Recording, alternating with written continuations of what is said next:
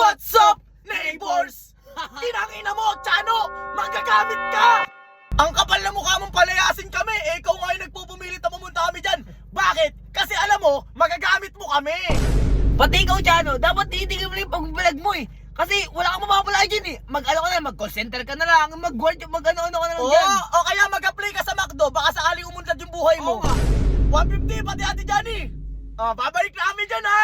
Hintayin nyo kami. Big family unit Alamat! Andito na ako! Pabalik na ako! What's up, neighbors? Tinangina mo, Chano! Magagamit ka! Sabi mo, mas sikat ka sa amin. King ina mo, mas una kami sumikat sa'yo. Yung followers mo, wala pa sa kalahati ng followers namin. Tandaan mo yan, panot!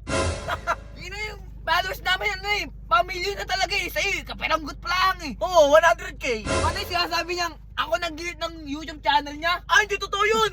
King ina mo yung YouTube channel mo, sasabi mong 100k subscriber. 5k lang yun, kupal! Ang kapal na mukha mong palayasin kami, ikaw nga yung nagpupumilit na pumunta kami dyan. Bakit? Kasi alam mo, magagamit mo kami. At sisikat ka uli. Pati yung pagtira namin dyan, napilitan lang naman kami kasi no choice kami, di ba? Yung ina yung sasabi yung bahay mo. Ina, napakabaho. Anong bahay yan? Bahay ba ng mga tao yan? Mabaho na, maliit pa. Masikip pa. Pati yung mga kama nyo. Ang baho, napakadaming laway. Kadiri yung Baka si Bon yung naglalaway dun. Pati na pati si Bon. Ang baho nun. Yun ang taong yun. Naging tao pa yun. Pati yung mga ulam namin dyan, o ano, puro pangat. Pangatlong init. Buti pa si 150, pinapakain tayo ng mga steak. Oo Di- nga. Ang bait pa, hindi tayo ginagamit, di ba? Hindi katulad ni Chano, pagkatapos tayong pakinabangan, papalayasin na lang. Mali talaga ng mukha mo, no? Kinang-inang mukha mo eh, no? Naging tao ka pa eh, no? Manggagamit Pati kung akala mo, wala kaming pera, gusto mo bilhin ko yung mo, nakita mo ba?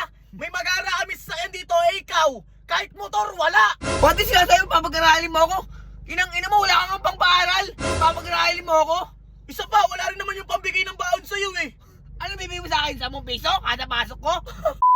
Tapos pag-aaralin mo sa public. Gusto ko sa private. O ito sasabihin ko sa'yo ha, kingin na mo. Pati ikaw, Chano, dapat titigil mo na yung pag-vlog mo eh. Kasi wala kang mapapala dyan eh. Mag-ano ka na, mag-call center ka na lang, mag-work, mag-ano-ano ka na lang Oo, dyan. o kaya mag-apply ka sa McDo, baka sakaling umunlad yung buhay mo. Oo nga. Siguro Kurt, mas maganda, bumalik na tayo kay Daddy 150 mo, no? Tama. Eh nung napunta tayo kay Chano, napariwara yung buhay namin eh.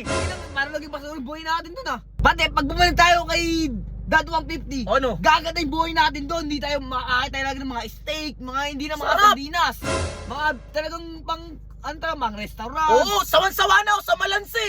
Pati dun sa Daddy 150 mo, hindi tayo inuutusan eh. Ng si Bon, utos ng utos, kala mo ano eh, kala mo boss? Sigurado Kurt, pag bumalik tayo sa camp, matutuwan, Daddy 150 mo, pati si Ate Johnny sa'yo kasi miss na tayo nun eh. Lalo ikaw. Matik, kasi mahal na mahal pati niya. Pinaghahanap niya ako saan. Talaga, mahal na mahal talaga pati pag bumalik tayo doon.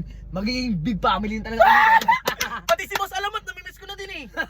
Miss ko na din yung mga Miss ko na tao doon. salpukin. 150 pati Ate Johnny. Babalik na kami dyan ha. Hintayin nyo kami. Big family unit Alamat, andito na ako. Pabalik na ako.